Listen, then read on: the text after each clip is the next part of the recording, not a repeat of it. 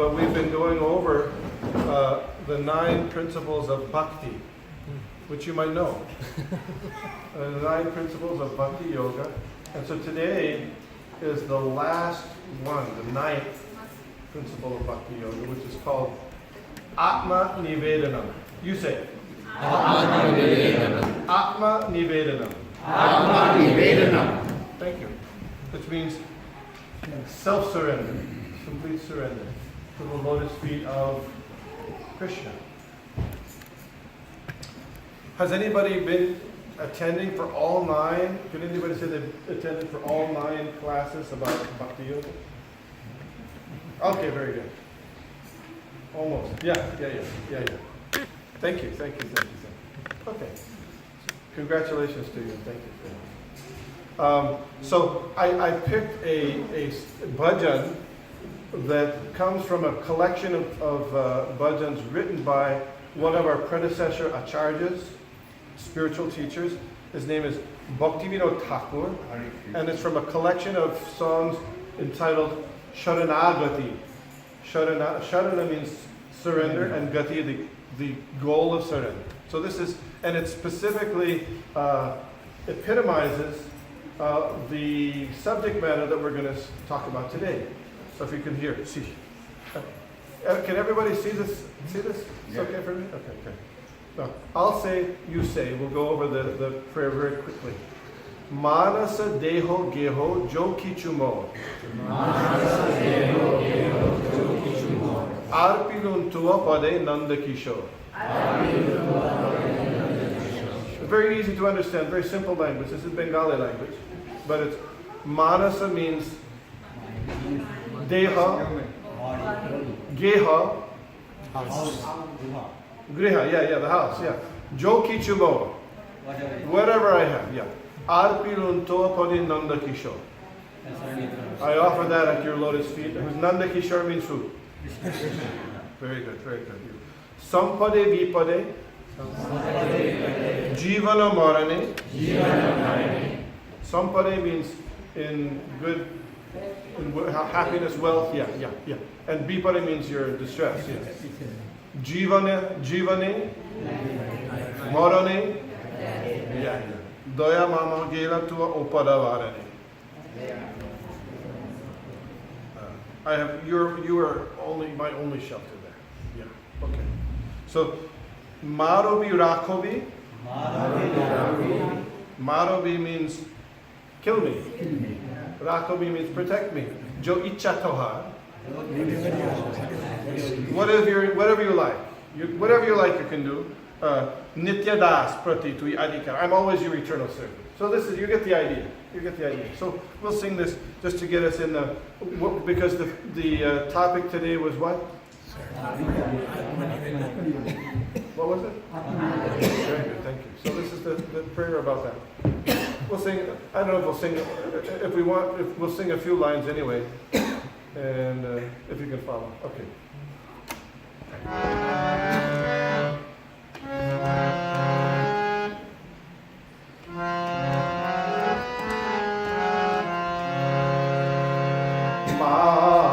Deho geho jo kichumo.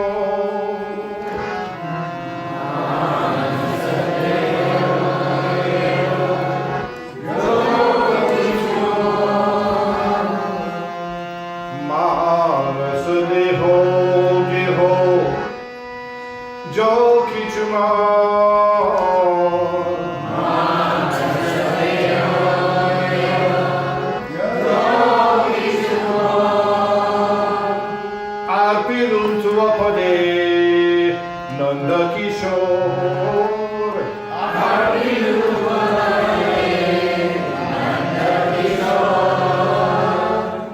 You might wonder, because you're saying I'm giving you everything to Krishna, but do you really want to do that? Okay. Manasa deho geho jo kichuma.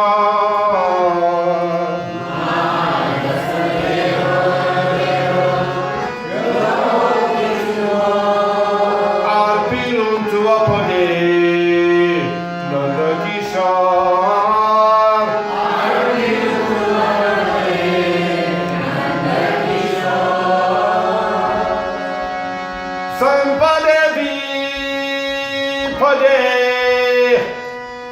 जीवने मरणे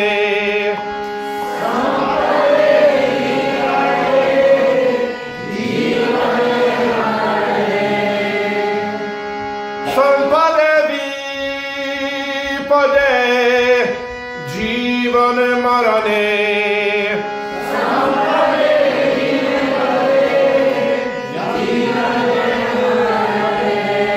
दया मम गेला तुआ पद भारणे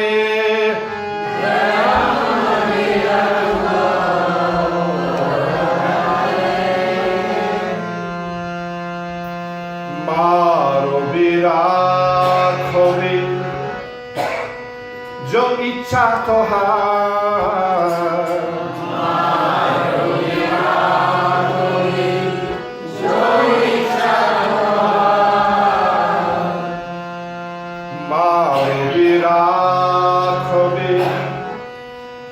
जो इच्छा तो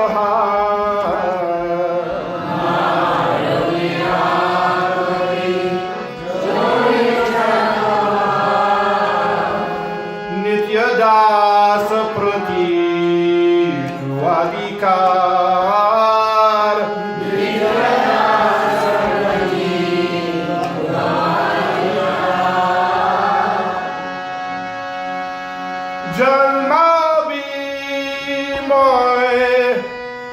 इच्छा जनितोर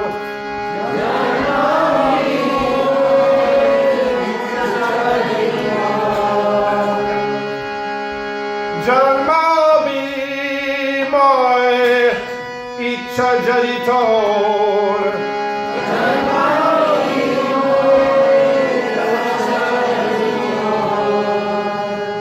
भक्त गृहे जनि जन्मा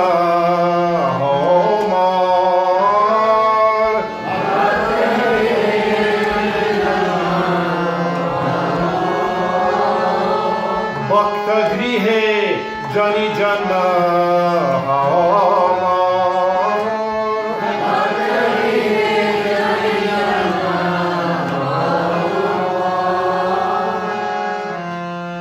कीत जन्म यथा तु यदा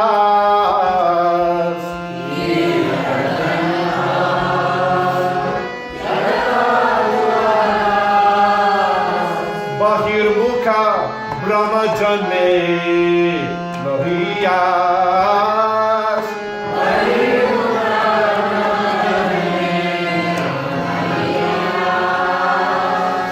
भक्ति मुक्ति स्पृहहीन ये भक्ता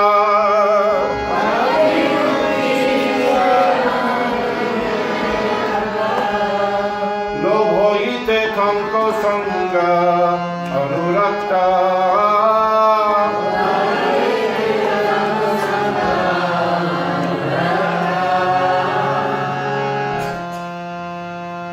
जनक जननी दैते तनय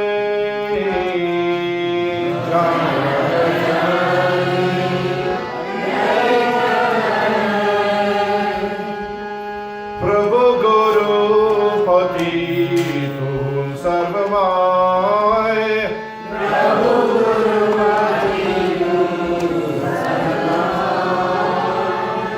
प्रभु गुरुपति तुम सर्वमय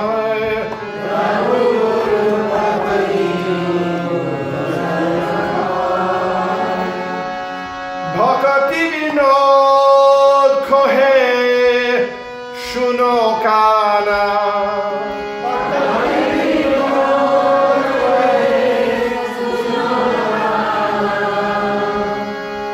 भक्ति विनोद खोहे सुनो काना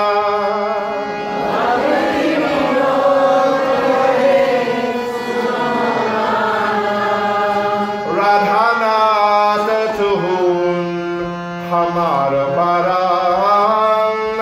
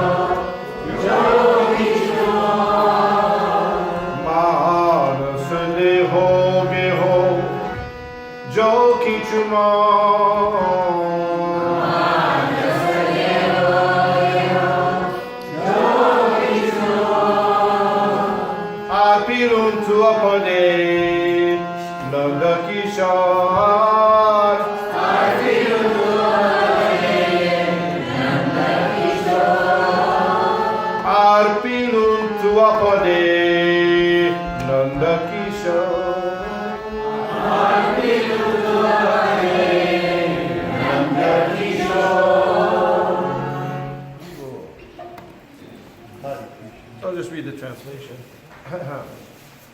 Mind, body, family, whatever is mine, I surrender at your lotus feet, O youthful son of Nanda. In good or bad fortune, in life or at death, all my difficulties have disappeared by choosing your feet as my only shelter. Kill me or protect me as you wish, for you are the master of your eternal servant. If it is your will that I be born again, then may it be in the home of your devotee. I will be born even as an insect, if I remain your devotee, but I have no desire to be born even as Lord Brahma, if I am not your devotee. I yearn for the company of devotees who are completely devoid of all desire for worldly enjoyment or liberation. Father, mother, lover, son, Lord, preceptor, and husband, you are everything to me. Thakur Bhaktivinoda says, O Kana, please hear me. O Lord of Radha, you are my life and soul. Om Namo Bhagavate Vasudevaya. Om Namo Bhagavate Vasudevaya. Om Namo Bhagavate Vasudevaya. Om Namo Bhagavate Vasudevaya. Om Namo Bhagavate Vasudevaya. Om Namo Bhagavate Vasudevaya. The topic of today is? Thank you. And in English that is? Self-surrender. Thank you, thank you. So there are 9 processes of bhakti, and this is, of those 9, the last one. Okay. So this is from a verse in Srimad Bhagavatam, 7th canto, where Prahlad Maharaj is the great devotee of Krishna and Lord Nisringadeva is speaking to his father, and he enumerates these. Shri Prahlad Uvacha, Shravanam Kirtanam Vishnu, Smaranam Pada Sevanam, Archanam Vandanam Dasyam, Sakyam. So I wanted to first read what Srila Prabhupada, the founder of the Hare Krishna movement, says about Aatma Nivedanam, and then we're going to go into it some more, giving some examples and for further illustration. Okay? Aatma Nivedanam. The word Atma Nivedanam refers to the stage at which one who has no motive other than to serve the Lord surrenders everything to the Lord and performs his activities only to please the Supreme Personality of Godhead. Such a devotee is like a cow. A cow.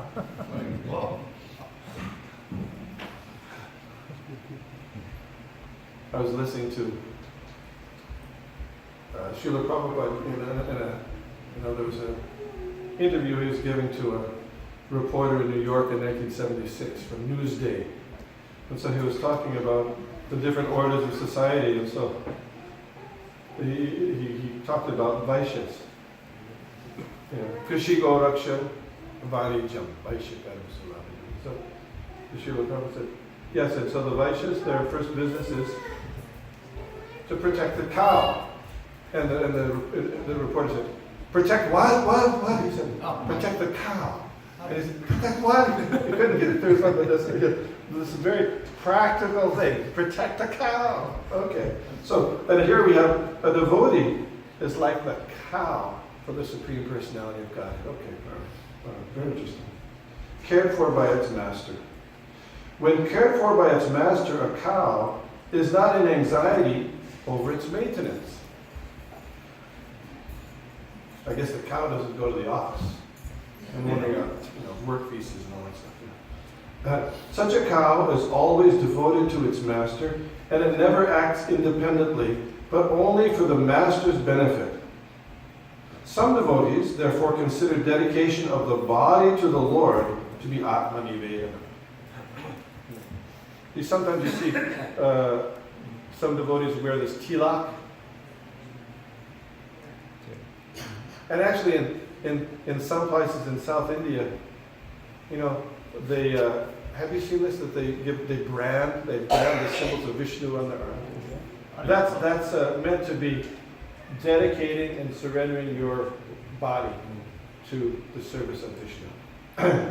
Therefore, to be considered that Aatma Nivedanam. And as stated in the book known as Bhakti Vivek, sometimes dedication of the soul to the Lord is called Aatma Nivedanam. Yes, very good.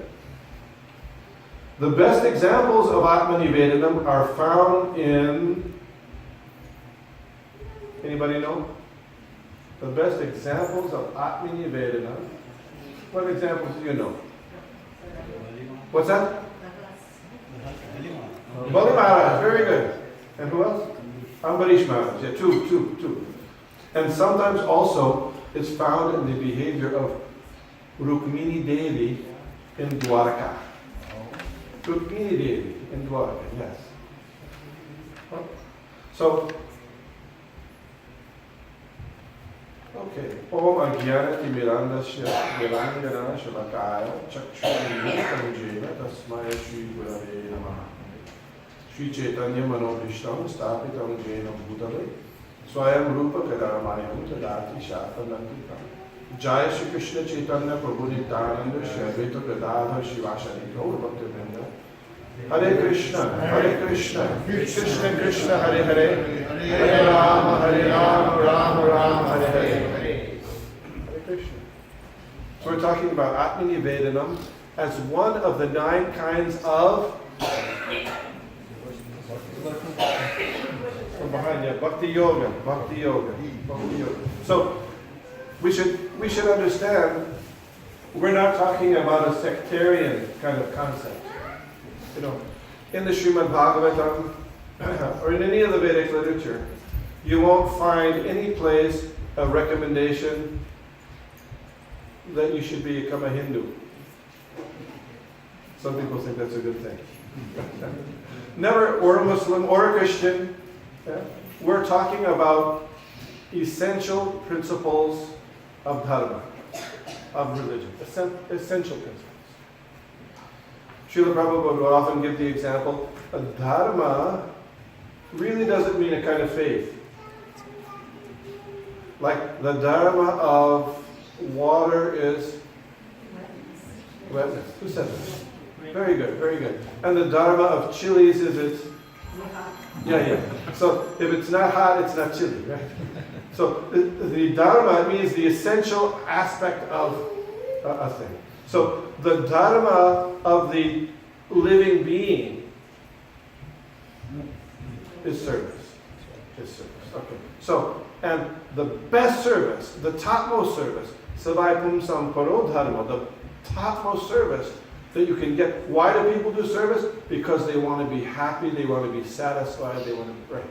So, and the best service that you can do, Savai Pumsam Paro Dharma, is service to the Supreme Personality of Godhead. Why? Yenatma Suprasidati. Because that can give you full satisfaction in your heart of hearts, according to Srimad Bhagavatam. Yenatma Suprasidati. And what is the condition that it can do that? Ahoituki apratihata. It's not done for any material motivation, and it's not checked in any kind of circumstance. So this is the topic we're talking about, Bhakti Yoga. We're not talking about a sectarian idea. We're talking about a universal idea that applies to each living being, every living entity around, whether in the United States or India or China, Russia, Germany, South America, everywhere. Okay. Another definition of dharma is dharma tu sakshat bhagavat pranita. Religion or dharma means that the laws that are given by God. The laws that are given by God. Okay. So it's kind of, when you talk in spiritual circles, especially kind of in the New Agey area, people think, well, I have my own kind of purpose in life. I've got my own purpose in life.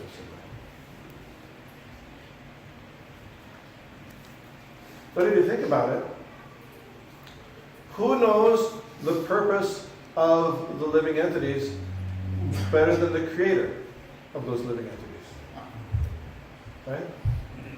And that same creator has laid down certain laws to follow so that we can be happy.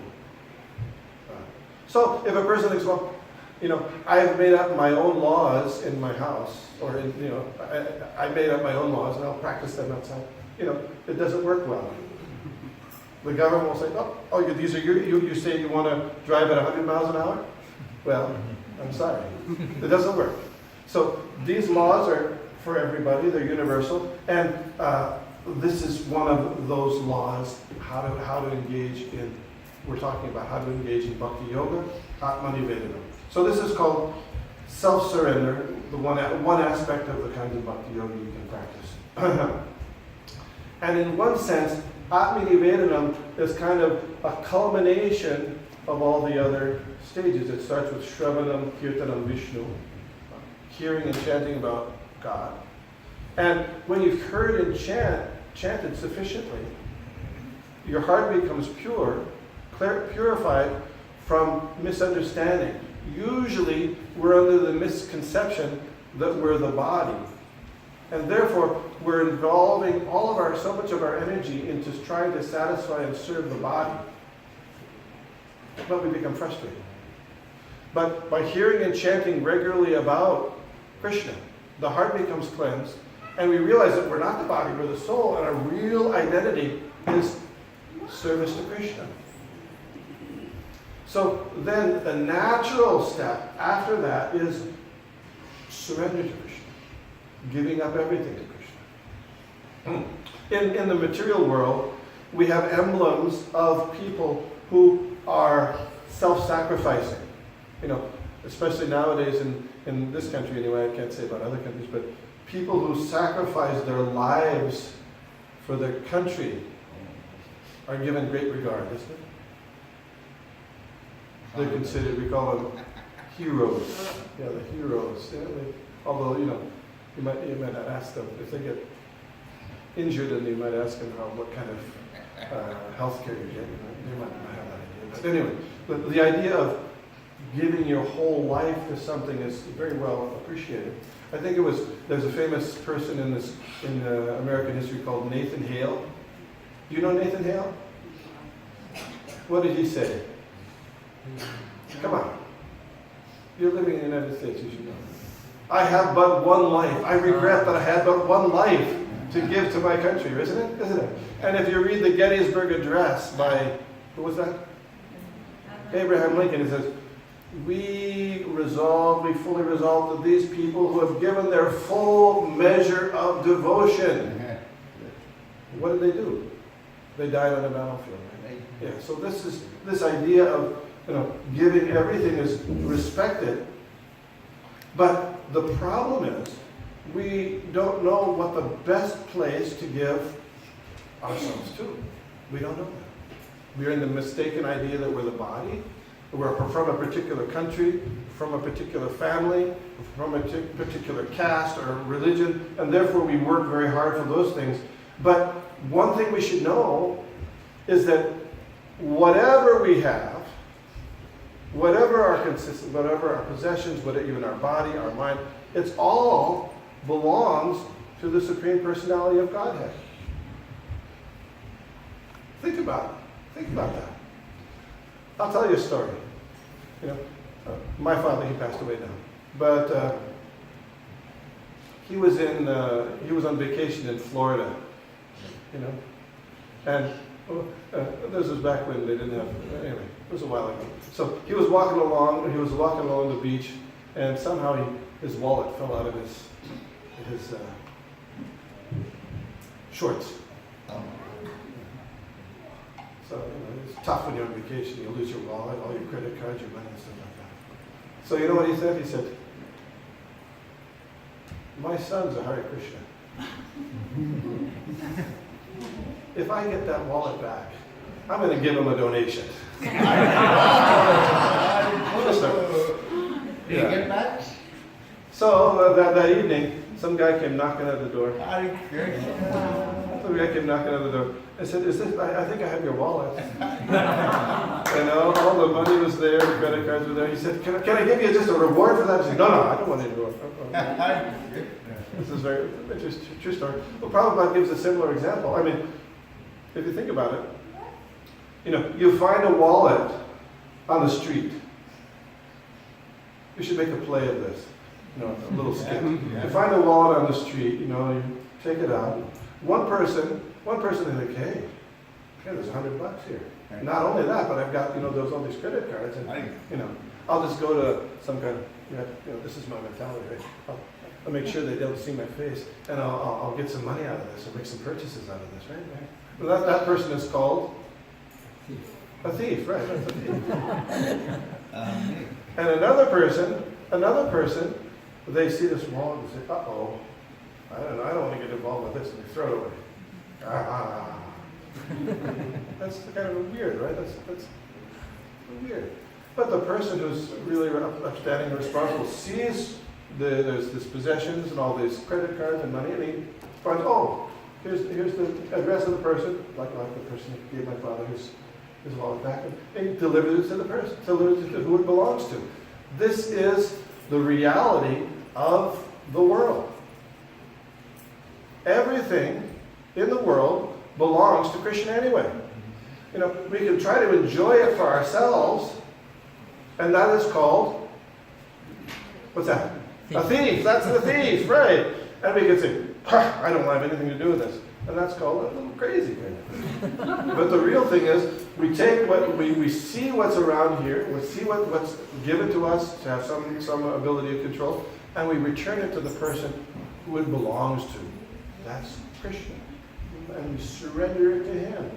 And you know something? It's a fact that for every single one of us here in this room, and people outside of the room too, we all will have to surrender everything anyway. You're not going to escape. You can't escape. Not possible to escape. Everything you have, your home, your bank balance, your family, your car, your degree, your clothing, your jewelry, everything you will have to surrender at one time or another, especially it definitely will happen at death. You cannot escape. So surrender is happening anyway. We're surrendering anyway. So in the human form of life, we have the opportunity to surrender it before death. And that will make you happy. Because, you know why? Because doing that pleases Krishna. And when God is pleased, you automatically become pleased because you're part and parcel of Krishna. So this is the principle we're talking about today, Aatma Nivedanam. So there's different things we can surrender. It's sometimes called prana, artha, diya, vacha. Have you heard this before? Prana means what? Artha. Diya. Yeah, you mind intelligence right there. Your thoughts. Vacha. Words. So sometimes in this sequence, you think of words as the cheapest thing. Right? Prana, artha, diya, vacha. But it's not necessarily this. But if you do your prana, you give your whole life, then all those other things go along with it. Srila Prabhupada gave a very interesting example. Because he stayed, before coming to the West, he was, where he was living? Where's that? Vrindavan, yeah, Vrindavan. He said, so there's so many people, so big businessmen, they would come to retire in Vrindavan. And they would come, and they would chant. And he said, Krishna says, it's very nice that you're coming to love me with your beads, but what about all your money? That's mine too. You've come to love me with your beads, but what about your money? That also belongs to Krishna. So, because usually they give it away to all family members, right? But that's Krishna's too. So, but at the time of death, before death, everybody has to do a will or testament. And the example is given, by the 6 Goswamis of Vrindavan, the Rupa Goswami, Sanatana Goswami. They gave in their last will, it was before, when they took sannyas, which is like social death, sannyas. You know what they did? How they split up? They were very wealthy. Half they gave to Krishna, 25% they gave to family members, and 25 they gave to. Actually, it gives emergencies, but if it's your last will, then you can also give that to Krishna. Right? So that's how they did it.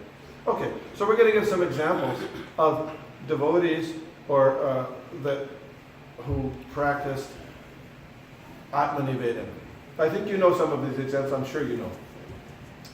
There was a woman devotee who was very, very fiery in her personality. You know what this is? In the Mahabharata. Anyway, was that? Draupadi. Yeah. Okay, so anyway, she had 5 husbands, the 5 Pandavas. So Yudhishthir, he was approached by Dhritarashtra. Dhritarashtra said, I think it's a good idea, you and Shakuni. Shakuni was the uncle of Dhritarashtra. You can have a little gambling, so pass the time, have a little fun, gambling. Not a good idea. The problem with gambling is, those days they didn't have Gamblers Anonymous, but they knew very well, Yudhishthira knew very well that, gambling, you start to lose your mind. You get completely crazy when you start gambling. He said, that's not a good idea. So then Shakuni says, what's the big deal? What's a little game? It's a little game. And anyway, Dhritarashtra insisted. And Dhritarashtra was his superior, his uncle. And he insisted. So finally, when a Kshatriya is challenged, they have to respond. So anyway, there was a gambling match. And one thing after another, Yudhishthira gambled his kingdom, he gambled his brothers, everything. Finally, he gambled his wife. Right? This is a big deal. So he gambled away. Draupadi was in the women's chambers, and Dushashan brought her out. And the Kauravas, they wanted to see, because they were very jealous of Draupadi, they wanted to see her naked, right? Very beautiful woman. So Dushashan was trying to pull her sari, you know that. And she was holding on. She was holding on, right? Yeah. And what's she going to do against Dushashan, who's a big guy with muscles, right? She's just a woman. She was tough, but still. She was holding the sari. And then all of a sudden she realized, what can I do? And is that why we raise our hands above our heads? Is that why we do that? Yes.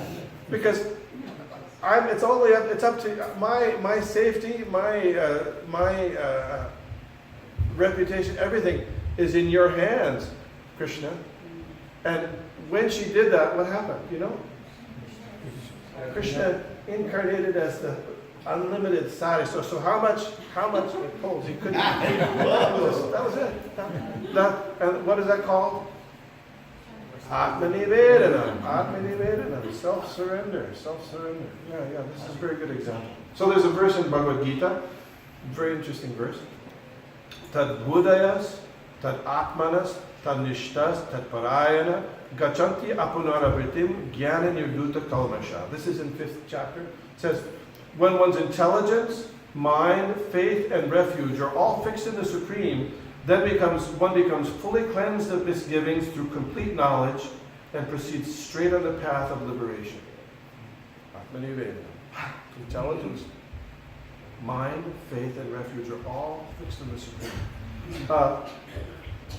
the 6 Goswamis of Vrindavan, who were Lord Chaitanya's principal associates, and they described the process of Bhakti Yoga thoroughly, they indicated that there's 6 symptoms of surrender. Did you know this? You know this? Yeah, in Krishna consciousness, it's very, very detailed. You know, what the process of spiritual development is, how you make progress in spiritual life, and how there's, just like, you know, you're going from here to New York City, there's certain signposts along the way, so you can know that you're on your way. So similarly, as you're trying to make progress in your spiritual life, to render service to Krishna and surrender to Krishna, even though surrender means we've been fighting it for a long time, right? But we've been trying, but you know, we're on the way to surrender to Krishna. So there's 6 things that are they're symptoms of surrender. One should accept everything favorable for discharging devotional service.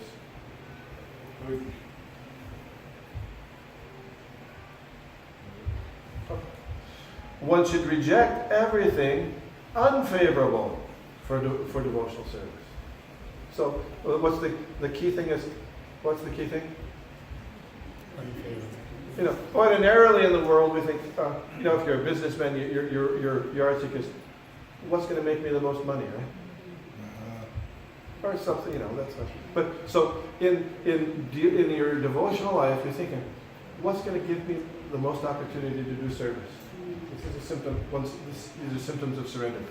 3, one should believe firmly that the Lord will protect his devotee always. One should feel exclusively dependent on the mercy of the Lord. You know, the example is given of is it a chakora bird? You know a chakora bird? It's an Indian bird, you should know, come on. You know this? Manasha Chandra Chakora, yeah, the chakora bird. So the idea is, you know, usually animals and birds, they drink from they have those bird feeders, little things where they catch the water. So but a chakora bird doesn't drink that way. You know where the chakora bird gets its water from?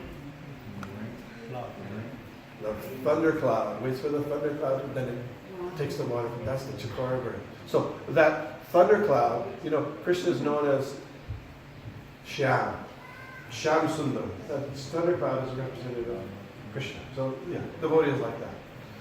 One should have no separate interest beside the interest of the Lord, and one should always feel oneself meek and humble.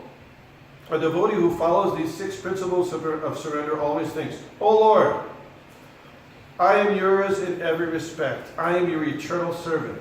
In this way, a pure devotee becomes cleansed. Okay, so who are the example? The first example we gave of the epitome of surrender? Bali Maharaj. So we'll just briefly review. Many of you know the story of Bali Maharaj. Bali, he was the grandson of Prahlad, right. And he had taken over the throne of Indra. And Indra was like pretty much the king of all the heavenly universes, heavenly planets everywhere. So Bali Maharaj was in this big position. So then Lord Vishnu incarnated as Vamandev. And his plan was to get back for his brother Indra, because his mother was Vidha, to get back the kingdom of Indra. So what did he do? He was, as a Brahmin, he dressed as a Brahmin, and he approached Bali Maharaj. And usually, kings or people in high positions, they like to give in charity. And Vamandev knew that. So he went to Bali Maharaj, and he asked him, well, give me some charity. And you know what? Bali Maharaj said, yeah, no problem. I can give you whatever you want. She was in a big position. I'll give you land, I will give you cows, I can give you, 5 wives if you want. I'll give you, riches. So Vamandev said, no, I don't want that. Just give me Three steps of land. And you know what? Because if I'm not satisfied with 3 steps of land, if you give me all that stuff, I still won't be satisfied. We have to learn how to be satisfied with just with our bare necessities. That's what it says. So, you know what happened at that time? Right beside Bali Maharaj was his guru, Shukracharya. And Shukracharya said, hey, wait a minute. No. This is not a good idea. Because, you don't realize this little Brahmin here, this is actually Vishnu in disguise. And if you give something to him, he'll take everything away from you. Now, people who are trying to follow the path of Krishna consciousness, this happens to them. It does. The family says, what are you doing this, Hare Krishna? Don't do this. Stop that. You become involved in this and your mind will be taken away. Isn't this what this is what we experience, right? This is the material world. Maya doesn't give up on us, doesn't give up on trying to keep us entangled in the material world very easily. So definitely there's going to be pushback if you try to give something, give yourself to God. Definitely there's going to be pushback. And Bali Maharaj experienced that. So you know what Bali Maharaj heard from his spiritual master? He said, I know you said you'd give this. I know you said you'd give this charity, these 3 steps. But in times when your livelihood may be jeopardized, it's okay to lie. You can tell them the untruth. It's a white lie. Nobody's gonna criticize you for it. You don't realize you're gonna lose everything. So you know what Bali Maharaj did? He said, "Okay, sorry, I'm not going to accept." He rejected his own guru. So we reject. We might have to reject some of the recommendations from family members or friends or things. So similar things. So he rejected his own guru. And then what happened? You know what happened? Exactly what his guru said took place. So Bali Maharaj gave him the 3 steps. First step, he took 3 planetary systems. The next step he took, it went beyond all the way to the covering of the universe and cracked the universe, and a drop of water from the cut in the ocean came and washed his foot. And you know what that water is? That's the Ganges. Yeah. So then, that was, how many steps was that? 2. How many steps was he given? 3. So do you know what happened then? You know what happened then? Vamanadev arrested him. He took everything from him. But he arrested him in the ropes of Varuna, snake-like. You can be arrested by handcuffs. It wasn't like that. But he got arrested. He was arrested and wrapped up in the coils of a special snake. So here you think, he had everything taken away from him. Now he's arrested in front of, and all of his family members, his friends, his subjects are all there. How humiliating that must be, right? You think, isn't it? Right in front of, you see sometimes they arrest a mafia guy and, they have him on camera and they put the cloth over their face because they don't want to see they're being arrested. Right? So here in plain sight of everybody, Bali Maharaj is arrested and tied up completely by this snake and completely helpless. And so Vamanadev said, okay, where's the 3rd one? And Bali Maharaj, he could have said, gosh, this isn't fair. You already took everything from me. It's not fair. What kind of thing is this? What is this? But he didn't say that. You know what? He said,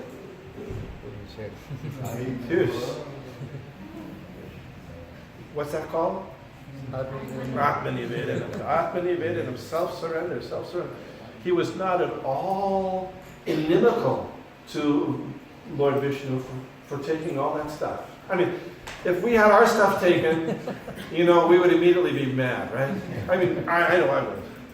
But that's why Bali is the epitome, the emblem of surrender, because even though everything was taken away, he still understood all that stuff that was taken away already belongs to God. He understood that. And the only thing I can give left is my full surrender. Full. Put your third step on my head. So, I don't know if you know, but when we come into the temple, people, they lie flat in front of the deities. You know this? Yeah, that's called Nava.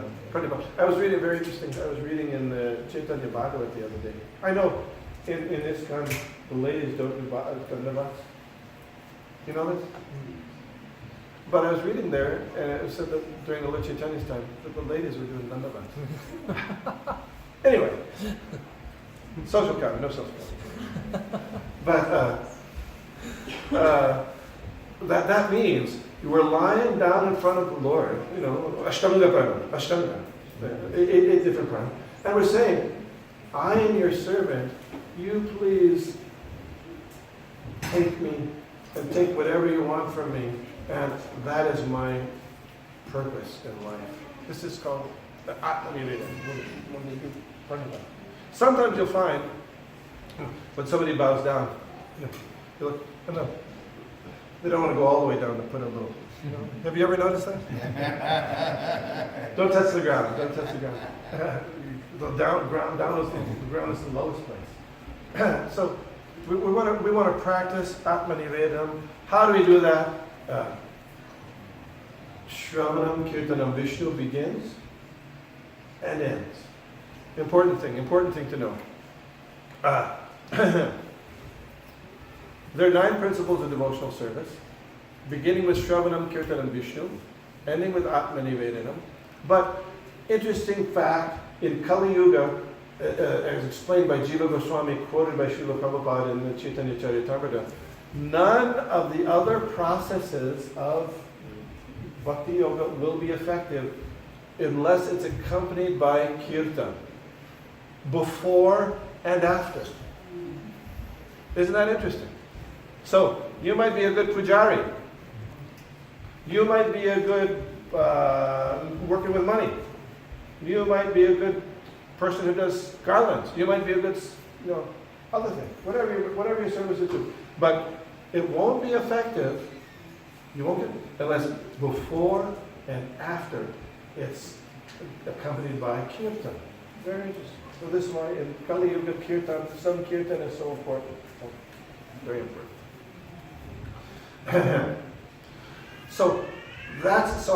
By reading that, I understood. Srila Prabhupada often says when he's giving a lecture, he said, Lord Krishna gave his final instruction in Bhagavad Gita is Sarva Dharman Parityajya Mam Ekam Sharanam Braja.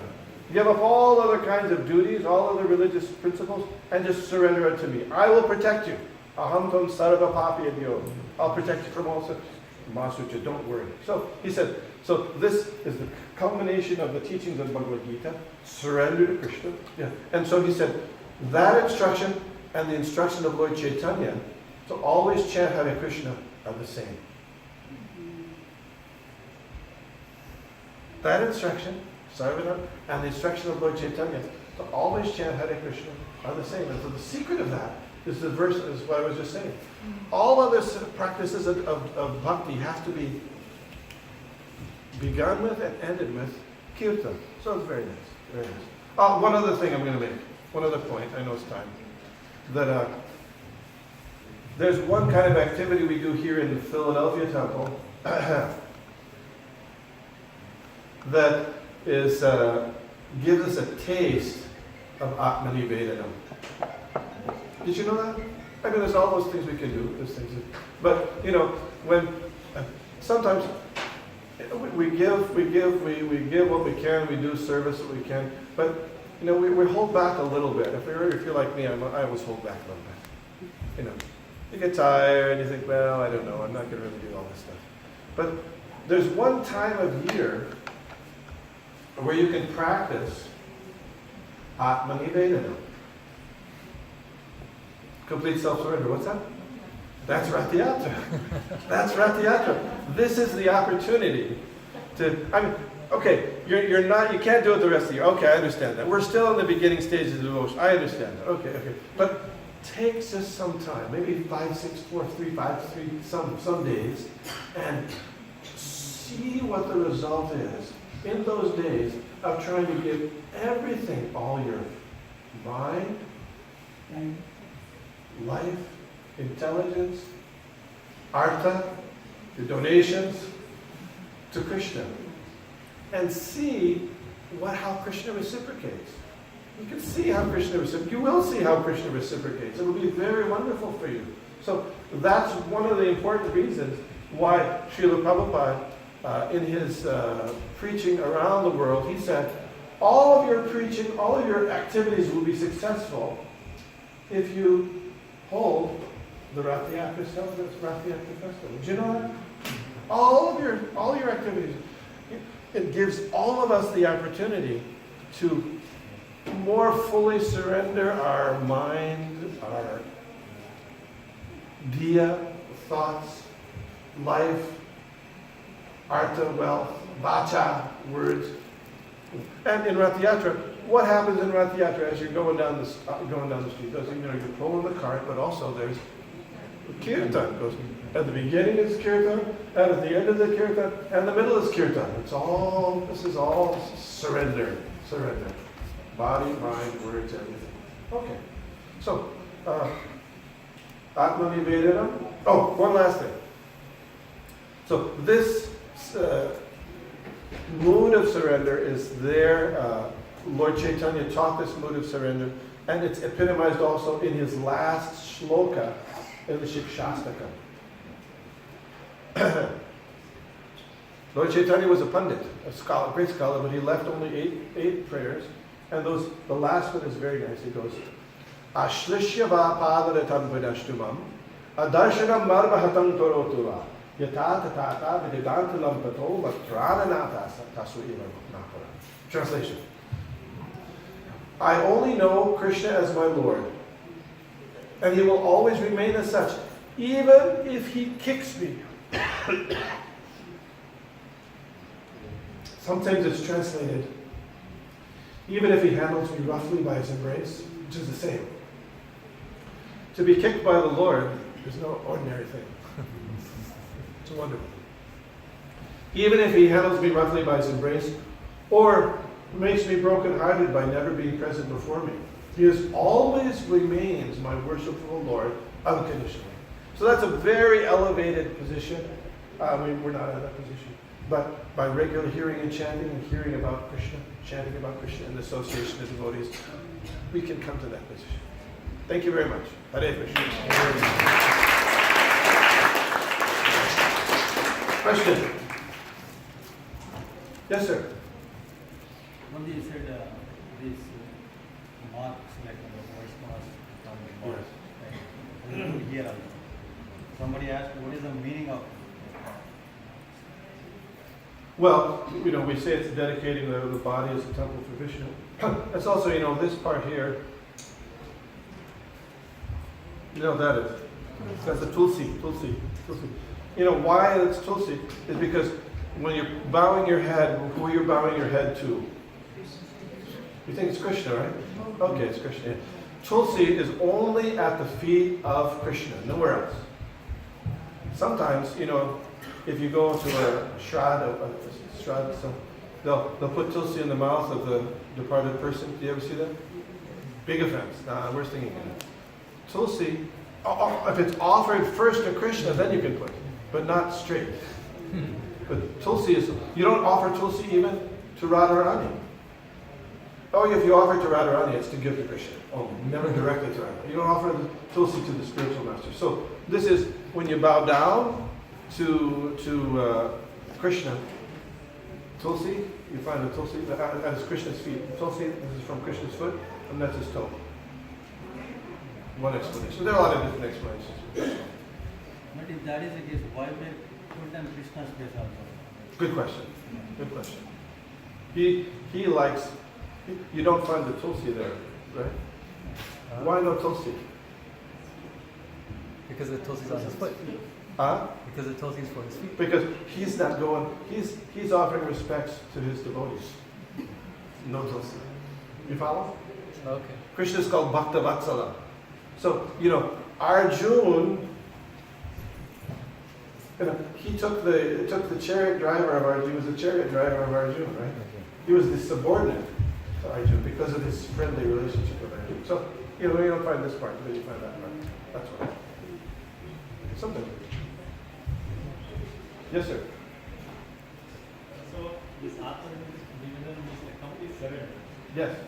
So the surrender which the movement started in 1966, surrender that level and now, which is so is it how do you age that?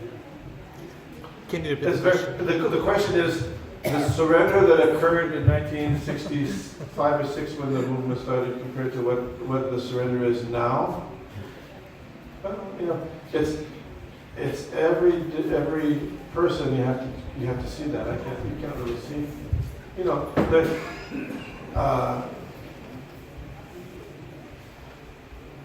For those who are initiated or aspiring for initiation in Krishna consciousness, there are certain principles that you should follow, that we agree to follow, as to help us surrender. No meat, fish, or eggs, no illicit sex, no gambling, no intoxication. Chanting 16 rounds a day of Hare Krishna, Mahamantra, and attending morning and evening classes. These are beginning principles of surrender. So each you have to check. Everybody who's doing that, you'll see. Yes, sir. Is that a question? Bhavana did. When a lot of devotees surrender, but they don't understand, they may criticize other devotees. So can you relate how that criticism of other devotees affects their service and surrender? Well, okay. When it's devotees are like Vaishnavas, it said, are like honeybees, and materialistic people are like flies. So flies, if you have a sore on your foot, they go for the sore. And the honeybees go for the honey. So devotees are like honey. So when you go for the sore, what do you get? Blood. Blah. So if you get enough blood in your consciousness, it ruins your spiritual advancement. So therefore, one of the beginning, very important things in Krishna consciousness is to avoid unnecessary criticism of other people, because it retards our spiritual growth. Yeah. With that. All righty. Thank you very much. Hare Krishna.